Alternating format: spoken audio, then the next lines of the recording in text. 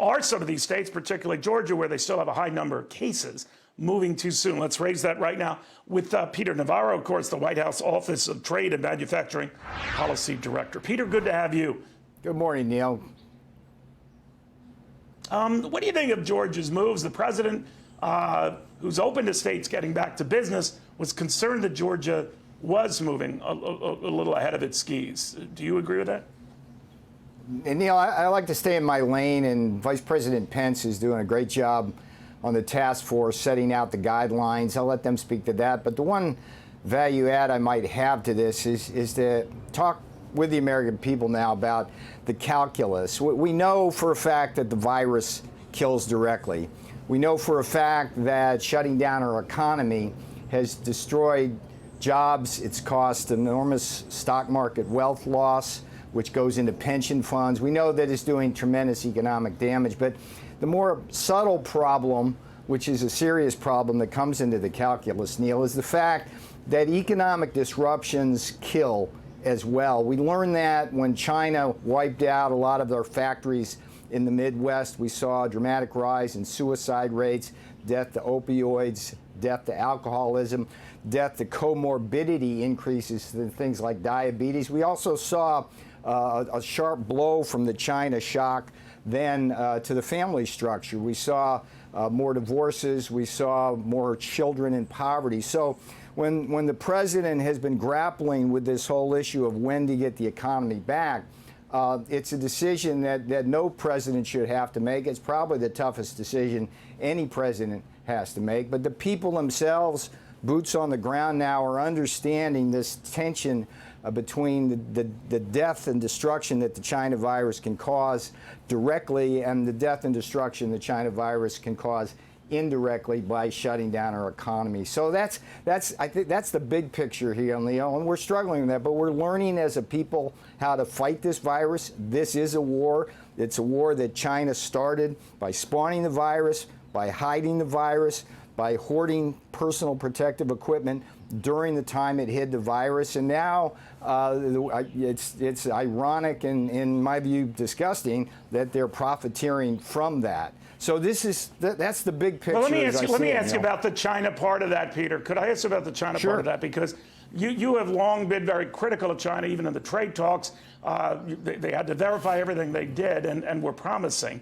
I'm just wondering now, they made a lot of commitments to the administration and to the American people about buying a lot more goods from us. But seeing as they misrepresented the seriousness of the coronavirus in their country and might have had some help and assistance in that regard, do you trust them to make good on trade promises they made to you and to us?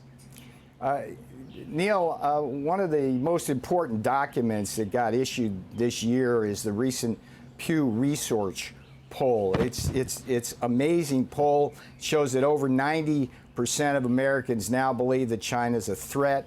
Over 70% of Americans across party lines have an unfavorable view of China. They are concerned about jobs, the trade deficit, the environment, human rights, and the military. So if you ask me, the author of Death by China and the Coming China Wars, whether I trust China, I would simply say the American people no longer trust China. And there's something I think the Chinese... So are they going to make good, Peter? Are they going to make good on the promises trade deal they made to you? Certainly, when the American people? Do you worry about that? Let's look at the promises they made. They've agreed to buy a tremendous amount of our agricultural products.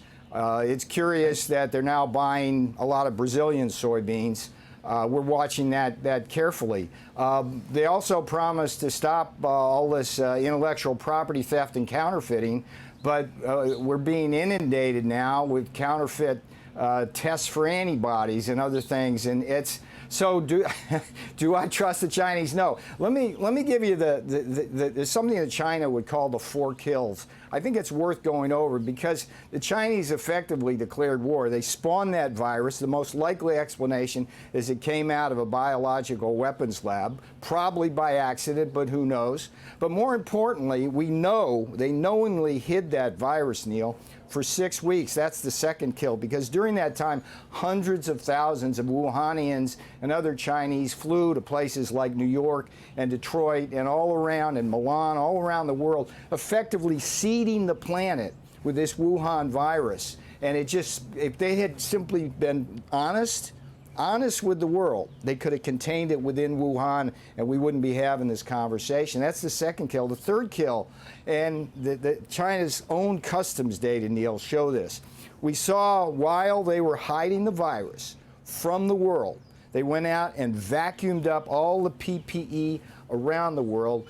2 billion masks they bought alone, and they took it from countries in Europe, South America, the United States.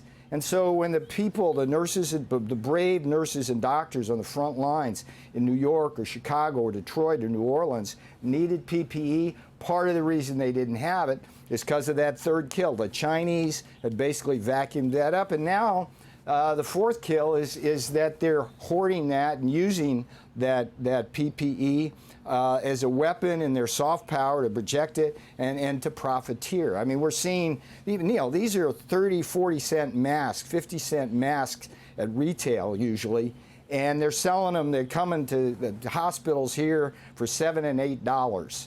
And so, well, it how do we seems to trust be, the Chinese? Peter, it seems proof that they lied. They lied there with those 4 pillars you mentioned. They lied 4 times. Now, I'm just wondering that back in January and February, when you were apparently sending out signals and alarm in this memo that went to the National Security Council and worried about this approaching virus and a potential pandemic, that people didn't appreciate the magnitude of that, because even then you seemed to be sensing that the Chinese might be hiding something. Did that ever reach the level of the president?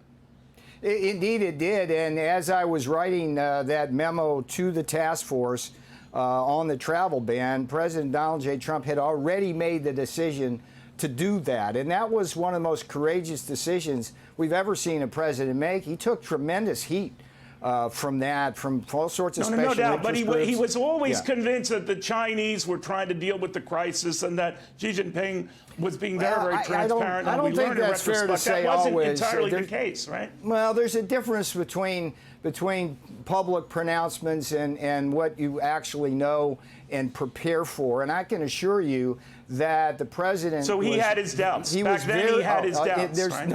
There's no question. Okay. He's one of the smartest guys in the world. He knows there's trust issues with the Chinese. Neil, the thing that bothered me, being a China watcher for many years, is the fact that they came here, shook our hands, broke bread, got near the president on January 14th and 15th. Now, they knew over a month before that we had a pandemic on our hands. You know, the other thing they did, Neil, and this is this whole debate about the World Health Organization. Trusted brand prior to this crisis. Now what people know is that China gained control of that agency through a proxy, this guy Tedros. It's from Ethiopia, which is a client state of China. And basically, China was able to hide behind the World Health Organization shield. Well, it sequentially went through these 4 kills. And, this is a serious point in our history, Neil. What we have to do first and foremost is to deal with this public health crisis, win this war. And one of the things that I'm doing about 40 yards across the street in my office every day is working with a great team on mobilizing our industrial base and supply chain. President Trump's orchestrating the most rapid industrial mobilization that we've had since World War II. If you look at the ventilator issue, which was like the issue du jour over a month ago, and people like Governor Cuomo were wringing their hands and running around with their hair on fire. At this point in time, we are going to have more ventilators than we need, and we're going to have plenty to help our friends around the world. General Motors, to its credit, took 17 days to stand up a factory and turn out its first ventilator. And we were able to deliver those ventilators off the assembly line to hospitals in Gary and Chicago within 3 days. So I'm seeing that. No, there's with, no doubt with the marshaling gowns. those companies to do this was very impressive. But Peter, I did want to get a sense from you now where we're going. And you talked in the beginning about